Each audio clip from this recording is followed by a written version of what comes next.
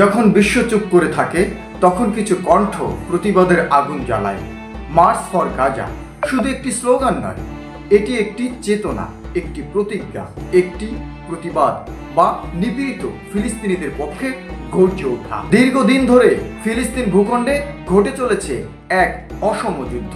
শিশুদের আর্তনাদ, বিধ্বস্ত ঘরবাড়ি, ধ্বংসপ্রাপ্ত হাসপাতাল আর ভেঙে পড়ার স্বপ্ন সবই গাজার নিত্যদিনের বাস্তবতা। বিশ্বের নানা প্রান্তে মানুষ চোখ বন্ধ করলেও কিছু মানুষ আছে যারা চোখ খুলে সত্যকে দেখে, আর এজন্যই জন্ম হয় মার্চ ফর গাজার।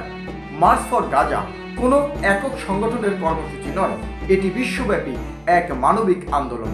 হাজার হাজার মানুষ নিউ ইয়র্ক, লন্ডন, টোকিও, ঢাকার রাজপথে নেমে আসে গাজার জন্য। তারা প্লাকার্ড ধরে কণ্ঠে স্লোগান দেয়, free Palestine, free Palestine, from the river to the sea. এসব শুধু শব্দ নয়, এগুলো বেঁচে থাকার দাবি। এখানে বাংলাদেশের ভূমিকা কতটুকু? বাংলাদেশের ভূমিকা অনেক, আর সেই ভূমিকা বাংলাদেশ পালন করছে। বাংলাদেশের মানুষ সবসময় ফিলিস্তিনিদের পাশে থেকেছে। ঢাকায় বিভিন্ন সময় গাজার জন্য পদযাত্রা, মানববন্ধন, সোশ্যাল মিডিয়ায় প্রচারণা এবং অর্থ সহায়তা চালিয়ে যাচ্ছে বাংলাদেশের সাধারণ মানুষ। এই দেশ জানে কিভাবে নির্যাতনের বিরুদ্ধে দাঁড়াতে হয়। এই গাজার জন্য বাংলাদেশের হৃদয় সবসময় খোলা। এই আন্দোলনের উদ্দেশ্য কি পাবো আমরা এই আন্দোলনের মাধ্যমে? এই আন্দোলনের উদ্দেশ্য হলো বিশ্ব সম্প্রদায়ের নজর গাজার দিকে ফেরানো, কারণ বিশ্ব সম্প্রদায় নজরহীনভাবে পড়ে আছে অন্যদিকে তাকিয়ে।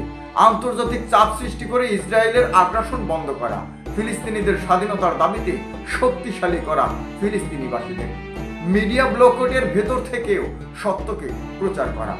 এখানে আমাদের ভূমিকাটা কি হতে পারে? আমাদের ভূমিকা হতে পারে প্রতিটি কণ্ঠ, প্রতিটি পোস্ট, প্রতিটি মিছিল গাজার জন্য শক্তি যোগানো। আপনি সোশ্যাল মিডিয়ায় আওয়াজ তুলতে পারেন, বন্ধুদের জানাতে পারেন, আন্দোলনে অংশ নিতে পারেন, কিংবা শুধু গাজার জন্য দোয়া করতে পারেন। হতে পারে আপনার দোয়ায় গাজাবাসীর মুক্তি হতে পারে। আল্লাহ তাআলা গাজাবাসীর উপর থেকে এই আযাব সরিয়ে নিতে পারেন। পরিশেষে বলতে চাই, মার্চ ফর গাজা হলো সেই আলোর মিছিল যা অন্ধকারকে ভয় পায় না। এই মিছিলের প্রতিটি পদক্ষেপ বলছে গাজা একা নয়, ফিলিস্তিন একা নয়, এখনো সময় আছে একটা অন্যায়ের বিরুদ্ধে রুখে দাঁড়ানোর। তাই আসুন রুখে দাঁড়াই, একটা মানবতার পাশে গিয়ে দাঁড়াই।